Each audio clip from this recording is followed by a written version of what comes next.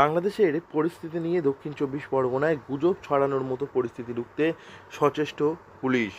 সেই সঙ্গে এ নিয়ে পুলিশের পক্ষ থেকে চলছে প্রচার। জেলার জলপথেও চলছে কড়া নজরদারি। সুন্দরবনের নদী ও সমুদ্র এলাকায় জারি করা হয়েছে হাই অ্যালার্ট। ইতিমধ্যে বাংলাদেশ ও ভারতের জলসীমান্তে 24 ঘন্টা টহল দিচ্ছে উপকূলরক্ষী বাহিনী। আমাদের নিজেদের পরিচয়পত্র, নৌকোর কাগজপত্র দেখে তারপর ছেড়ে দিল। কি বললো ওনাদের? বলল যে তোমার হচ্ছে যদি বাইরে থেকে কোনো লোকজন আসে আমাদের মানে জানাবেন, বা তোমার হচ্ছে যদি কোনো সমস্যা হয় আমাদের জানাবেন। কি নাম আপনার? আমার নাম কুশোর দাস প্রধান। আপনারা কি গভীর সমুদ্রে মৎস্য শিকারে যান? হ্যাঁ, আমরা গভীর সমুদ্রে মৎস্য শিকারে যাই। উপকূলরক্ষী বাহিনীর পাশাপাশি সুন্দরবনের সবকটি উপকূল থানা এলাকায় জলপথে নজরদারি চালাচ্ছে পুলিশ।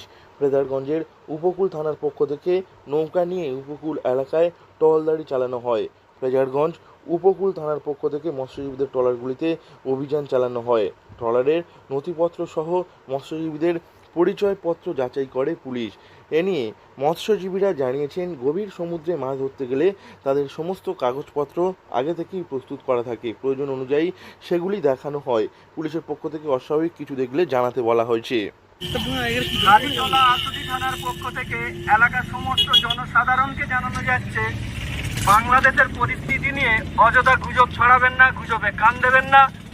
কোনো কিছু ঘটনা জানা থাকলে বা জানলে সঙ্গে সঙ্গে থানায় ফোন করুন। পুলিশ সর্বদা আপনাদের পাশে আছে, আপনাদের সাথে আছে। সমস্ত জনসাধারণকে জানানো যাচ্ছে, আপনারা বাংলাদেশের পরিস্থিতি নিয়ে অযথা কোনো রকম গুজব ছড়াবেন না। এদিকে জেলার বিভিন্ন জায়গায় পুলিশের পক্ষ থেকে গুজব ছড়ানোর মতো পরিস্থিতি রুখতে প্রচার চালানো হয়েছে।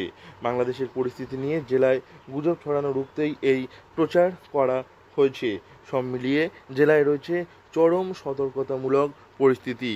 দক্ষিণ চব্বিশ পরগনার বিভিন্ন থানার পুলিশ এ নিয়ে সতর্ক রয়েছে।